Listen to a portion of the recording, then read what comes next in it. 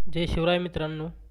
मनरेगाच्या अंतर्गत प्रलंबित असलेले कुशल बिल, साधन सामग्रीचे बिल, याचबरोबर गेल्या 4-5 महिन्यांपासून न निघालेली मस्टर, या सर्वांच्या प्रतीक्षेत असलेल्या शेतकऱ्यांना आणि मनरेगाच्या मजुरांना एक मोठा दिलासा मिळणार आहे.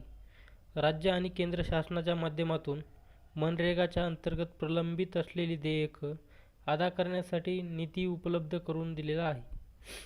याचबरोबर 26-27 साठीचा पहिला हप्ता देखील केंद्र शासनाच्या माध्यमातून वितरित करण्यात आलेला आहे.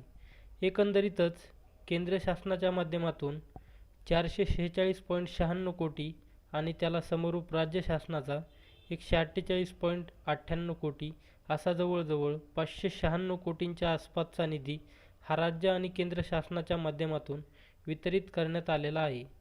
याचबरोबर 26-27 या आर्थिक वर्षासाठी पहिल्या इन्स्टॉलमेंटसाठी जवळजवळ 6,28,00,000 रुपयांचा निधी देखील उपलब्ध करून देण्यात आलेला आहे, ज्यांच्यामुळे जी काही प्रलंबित असलेली मस्टर आहेत ती अदा करण्यासाठी मदत होणार आहे. मित्रांनो, 30 जून 26 पर्यंत मनरेगाच्या अंतर्गत सुरू असलेली कामं ही अशीच सुरू ठेवली जाणार आहेत.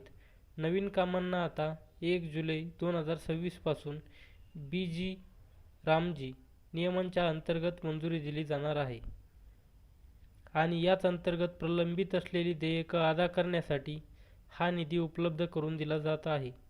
याच्यामध्ये तुम्ही पाहू शकता, पहिला GR आहे महात्मा गांधी राष्ट्रीय ग्रामीण रोजगार हमी योजनेअंतर्गत 2026-27 या आर्थिक वर्षाकरता केंद्र शासनाचा निधी वितरण करण्याच्या संदर्भात, ज्याच्यामध्ये first instalment of first range याच्यासाठी 6,28,30,950 रुपये एवढा निधी उपलब्ध करून देण्यात आलेला आहे.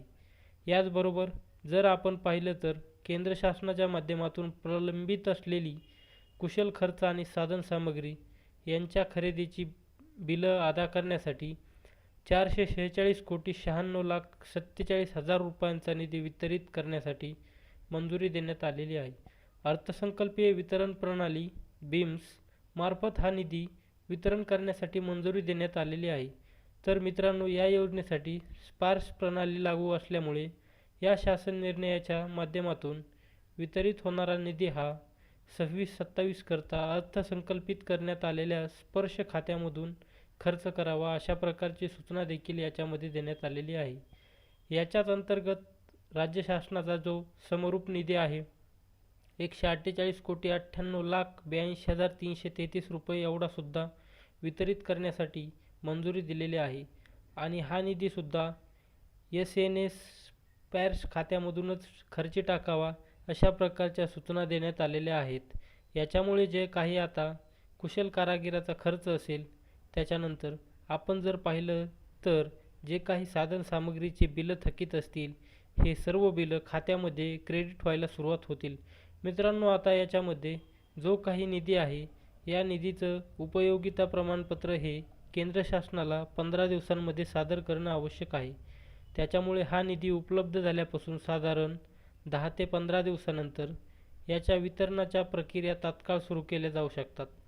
1-2 दिवसांमध्ये सुद्धा हा निधी वितरण व्हायला सुरू होऊ शकतो आणि याच्या वितरणाच्या संदर्भातील जे काही अपडेट्स येतील ते अपडेट्ससुद्धा आपण नक्की जाणून घेण्याचा प्रयत्न करणार आहोत.